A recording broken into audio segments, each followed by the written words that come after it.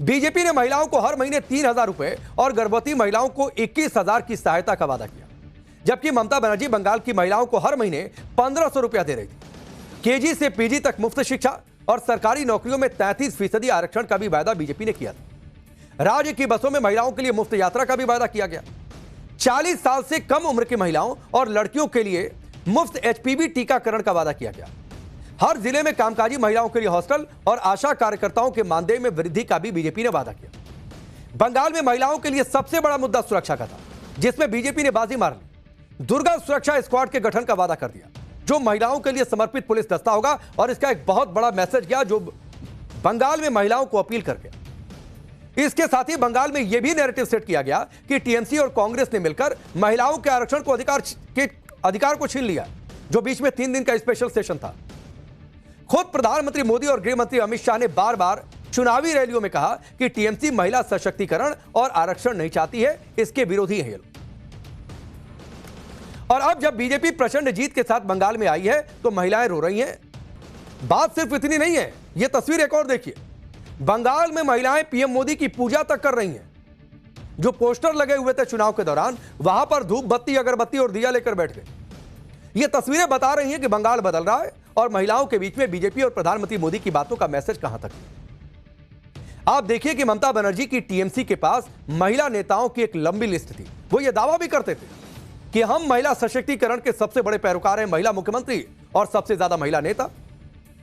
महुआ मोइत्रा, सायनी घोष, चंद्रिमा भट्टाचार्य, शताब्दी रॉय और डोला सेन जैसे चेहरे थे, लेकिन बीजेपी ने यहां पर भी बाजी मारी। बीजेपी ने 34 महिला उम्मीदवारों को चुनावी मैदान में उतारा था, जबकि टीएमसी ने 53 महिला उम्मीदवारों को मैदान में उतारा। अब जीत का परसेंटेज देखिए।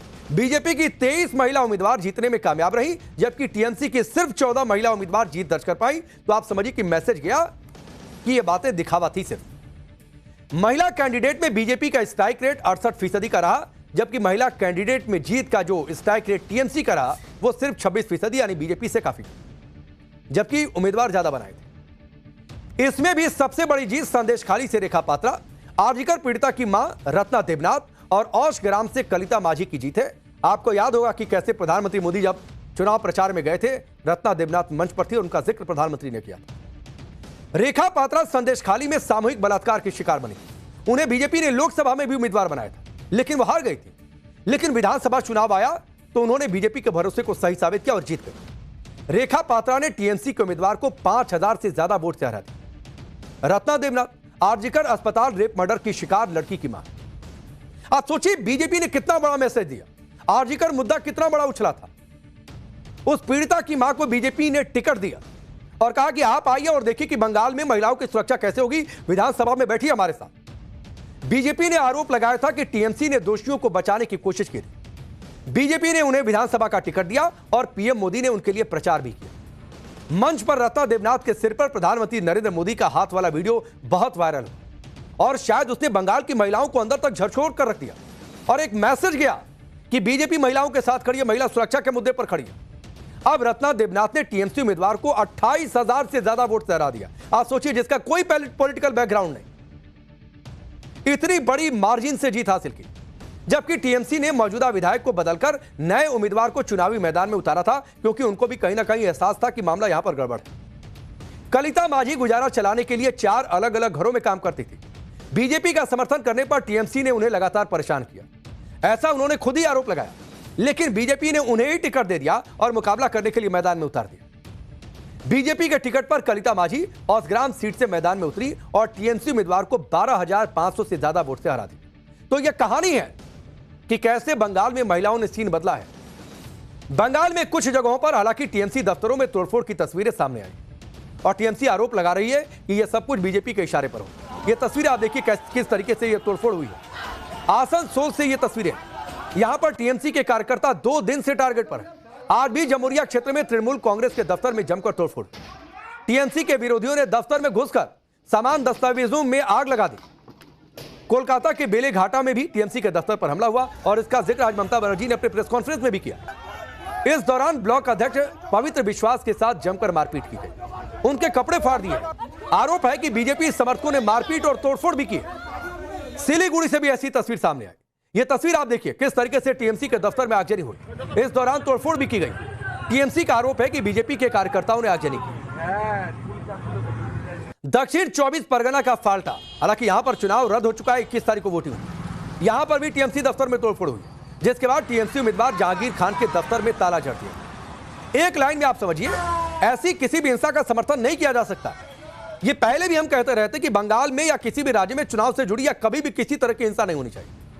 भले आप ये कवर अप करें कि कार्यकर्ता इमोशनल हो रखे हैं, लेकिन ये कोई कवर अप थोड़े नहीं है, फिर अंतर क्या रह जाएगा। लेकिन कल प्रधानमंत्री मोदी ने खुद कहा था कि बदला अब और नहीं, यहां से बंगाल में बदलाव का चैप्टर शुरू होना चाहिए और जीत जिम्मेदारी लेकर आती है, वो जिम्मेदारी निभाई जाएगी और यही होना भी चाहिए। सत्ता बदली है तो उसका असर तोड़फोड़ में नहीं बल्कि बदलाव में दिखना चाहिए, और जिस लिए बंगाल की जनता ने इतना बड़ा मैंडेट दिया है वो करके दिखाइए, वरना फिर आप उसी मोड़ पर जाकर खड़े हो जाएंगे। बंगाल को विकास, बेहतर कानून व्यवस्था, महिला सुरक्षा की बेहद जरूरत है। सत्ता बदली है तो अब यह सब जोर शोर से होना भी चाहिए और तुरंत बिना वेट किए। और तभी जो यह दावा किया जा रहा था कि सोनार बांग्ला, वही सच में तभी साकार हो पाएगा। देश ने अब तक हिंदुत्व का जो ब्रांड देखा है, बंगाल का हिंदुत्व उससे काफी अलग है। अयोध्या में भगवान राम और काशी में बाबा विश्वनाथ का आशीर्वाद पाकर धर्म ध्वजा लहराने वाली बीजेपी ने इस बार बंगाल में मां काली वाला हिंदुत्व का नया ब्रांड स्थापित कर दिया।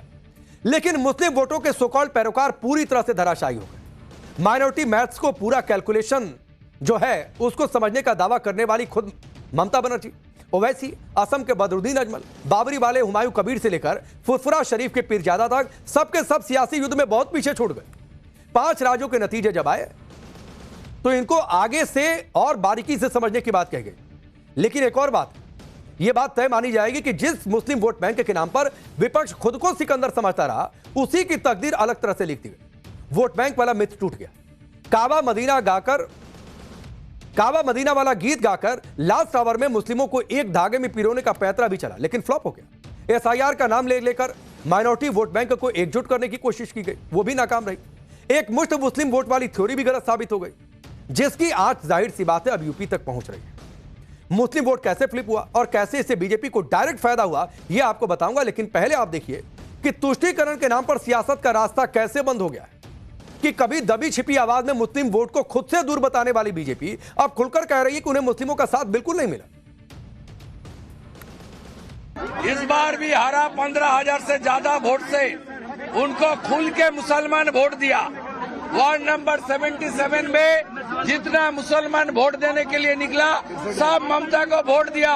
और मुझे हिंदू, सिख, जैन, बुद्धिस्ट लोग ने आशीर्वाद देकर जिताया। ये जीत हिंदुत्व का जीत है, ये जीत बंगाल का जीत है। भवानीपुर सीट पर भले ही ममता बनर्जी को मुस्लिमों का साथ मिल गया, लेकिन वो सब मिलकर एकमुश्त होकर भी दीदी को हारने से नहीं बचा। वजह क्या है, एक बार आप नंबर देखिए। भवानीपुर में करीब 42% बंगाली हिंदू हैं और 34% गैर बंगाली हिंदू हैं और लगभग 25% मुस्लिम वोटर हैं। इस बार गैर बंगाली समुदाय के साथ साथ बंगाली हिंदू वोटों में भी बीजेपी के पक्ष में झुकाव देखने को मिला और यही वजह रही कि 25% मुस्लिम वोटर मिलकर भी ममता बनर्जी को हारने से बचा नहीं पाए। लेकिन बाकी जगह मुस्लिम वोटर ही छिटक गए और यही टीएमसी की हार की सबसे बड़ी वजह भी बन गया। आंकड़े बता रहे हैं कि अगर मुस्लिम वोटर ना बढ़ते तो बंगाल में आज तस्वीर कुछ अलग भी हो सकती थी। बंगाल की वो 101 सीटें जहां मुस्लिम निर्णायक भूमिका में है, वहां टीएमसी के खाते में 53 सीटें आई, बीजेपी के खाते में 42 सीट आई, लेफ्ट, कांग्रेस और अन्य को सिर्फ 2-2 सीट मिली। 2021 में यह मुस्लिम बहुल इन 101 सीटों में तृणमूल 89 सीट जीती थी, बीजेपी को सिर्फ 11 सीट मिली थी और अन्य को सिर्फ 1 सीट मिली थी। एक झटका लगा और इस एक झटके में ममता बनर्जी के सबसे विश्वसनीय वोटर्स ने खेला कर दिया और ममता अपनी तरफ आ रहे इस बमंडर को भाप तक नहीं। हालत यह थी कि काउंटिंग के वक्त टीएमसी के उम्मीदवारों को यकीन नहीं हो पा रहा था कि उन्हें किसी मुस्लिम बूथ में वोट लॉस भी हो सकता है। मुस्लिम वोट नहीं मिला तो इसका ठिकरा भी टीएमसी कैंडिडेट ईवीएम पर फोड़ने लगे। आप सुनिए। मैं जहाँ पे ब्रिज बनाई हूँ वहाँ पे 150 लॉस है, मुस्लिम बूथ में लॉस है, ऐसे कैसे हो सकता है? इसका जवाब बहुत गलत चीज़ हुआ है। मुझे लग रहा है ये ईवीएम हैक हुआ है। लिटरली हम ये चीज़ पे रिलाई नहीं करते हैं। तो भाई एक मैसेज है कि इन्होंने ठेकेदारी समझ रखी थी अपनी मुस्लिम वोट बैंक को लेकर, जो टूट गई। टीएमसी दरअसल कंफ्यूज थी और इसी कंफ्यूजन की वजह से सबसे बड़ा सवाल यह खड़ा हो रहा था कि क्या दीदी का पूरा थिंक टैंक ही फेल हो गया? अगर देखा जाए तो टीएमसी के वोट शेयर में सिर्फ 4% अंतर आया है, लेकिन बीजेपी सीटों में 123 बढ़ गई। आखिर यह कैसे मुमकिन हुआ? इसकी सबसे बड़ी वजह रही लेफ्ट आईएसएफ गठबंधन, कांग्रेस और हुमायूं कबीर की पार्टी और इनकी वजह से पड़ी मुस्लिम वोटर्स में फूट। और इसी बिखराव की उम्मीद शायद ममता सरकार के थिंक टैंक ने नहीं की थी। अगर टीएमसी सही समय पर कांग्रेस जैसे दलों के साथ गठबंधन कर लेती, जो बात संजय राउत भी शायद कहना चाह रहे थे, तो बिखराव को कम किया जा सकता था। मालदा, मुर्शिदाबाद और उत्तरी दिनाजपुर जैसे कोर मुस्लिम वोट वाले इलाकों में भी बीजेपी के उम्मीदवार या तो जीतते हुए या फिर आगे बढ़ते हुए नजर आ रहे थे। ये ऐसे इलाके हैं जिन्हें टीएमसी का गढ़ कहा जाता है। अगर ऐसे इलाकों में भी बीजेपी को आप सोचिए बढ़त मिल रही है, तो खेला किस लेवल का हुआ आप समझ सकते हैं। बाबरी मस्जिद विवाद ने मुस्लिम वोट बैंक में दरार डालने का काम किया। टीएमसी के निलंबित विधायक हुमायूं कबीर ने मुर्शिदाबाद के रेजी नगर में दूसरी बाबरी मस्जिद बनाने की घोषणा की और अपनी पार्टी एजेयूपी बना ली। बीजेपी ने इस मुद्दे को तुष्टीकरण की सियासत करार दिया, हिंदू मतदाताओं के ध्रुवीकरण का हथियार बनाया। कबीर की पार्टी ने टीएमसी के मुस्लिम वोट बैंक को काटने का काम किया और नतीजा यह हुआ कि हुमायूं कबीर ने खुद 2 सीट निकाल ली। यह अलग बात है कि दोनों सीट पर खुद ही खड़े थे, जिससे टीएमसी को करारा झटका लगा। मुस्लिम वोट भले ही बीजेपी को ना मिले, लेकिन उनके बंटने से टीएमसी की जीत की राह मुश्किल हो गई और बीजेपी जीत गई। और चौथी वजह रही एसआईआर। मुस्लिम बहुल इलाकों में जब एसआईआर की प्रक्रिया के तहत नाम हटे तो लोगों में गुस्सा था। ममता के वोटर्स में यह मैसेज गया कि तृणमूल ने अंतिम मतदाता सूची में उनके नाम शामिल करने के लिए ढंग से कोशिशें नहीं की, तो गुस्सा उन्हीं पर चला गया। माइनॉरिटी इलाकों में दीदी के साथ खेला कैसे हुआ, अब उसका गुणागणित आपको समझाता हूं। मालदा की मानिकचक सीट पर बीजेपी के गौर चंद्र मंडल ने तृणमूल की कविता मंडल को 13,938 वोट के अंतर से हरा दिया। हालांकि कांग्रेस और सीपीआई-एम को मिलाकर 15,000 से ज्यादा वोट मिले, जिससे जीत का अंतर कम हो गया। 2021 में गौर चंद्र मंडल टीएमसी की सावित्री मित्रा से कम 33,000 वोट से हार गए थे। मुर्शिदाबाद का जंगीपुर, जो एक मुस्लिम बहुल इलाका है, उसमें टीएमसी के मौजूदा विधायक और 2026 के उम्मीदवार जाकिर हुसैन बीजेपी की चित्ता मुखर्जी से 10,542 वोट से हार गए, जबकि कांग्रेस को 31,000 से ज्यादा वोट मिले। हालांकि 2021 में हुसैन ने बीजेपी के हेमंत घोष के खिलाफ 92,000 से ज्यादा वोटों के भारी अंतर से जीत हासिल की थी। इसी तरह कई मुस्लिम बहुल सीटों पर बीजेपी को जीत इसलिए मिली क्योंकि मुस्लिम वोट बढ़ गए आपस में, और यह दिख नहीं रहा है किसी को, या फिर आंख बंद करके बैठे हैं। इन सीटों पर बीजेपी को मिली बढ़त उतनी ही थी जितने वोट दूसरी पार्टियों को मिले। तो भाई एकजुट आप नहीं हुए, बीजेपी को और ईवीएम को काहे दोष दे रहे हैं? पर ऐसा नहीं है कि मुस्लिम वोटर से चकमा खाने वालों की लिस्ट में सिर्फ ममता बनर्जी का नाम शामिल है। बिहार, महाराष्ट्र में शानदार प्रदर्शन करने वाले ओवैसी को भी मुस्लिम वोटरों ने चकमा दे दी। ओवैसी ने लड़ने के लिए 12 सीटें चुनी थी, वो भी खासतौर पर ऐसी सीटें जो बिहार के सीमांचल इलाके से लगती है, ताकि बिहार के विक्ट्री फैक्टर का असर बंगाल तक आए। लेकिन ऐसा कुछ नहीं हुआ, ओवैसी एक भी सीट नहीं पा पाए। ओवैसी की पार्टी का वोट परसेंट भी 0.09 रहा। आप सुनिए रिजल्ट के बाद ओवैसी ने क्या कुछ कहा। बंगाल में पूरे इंडिया में एक ही प्रदेश है जहां पर 60 असेंबली कॉन्स्टिट्यूंसीज हैं, जहां पर मुसलमान मेजॉरिटी में है।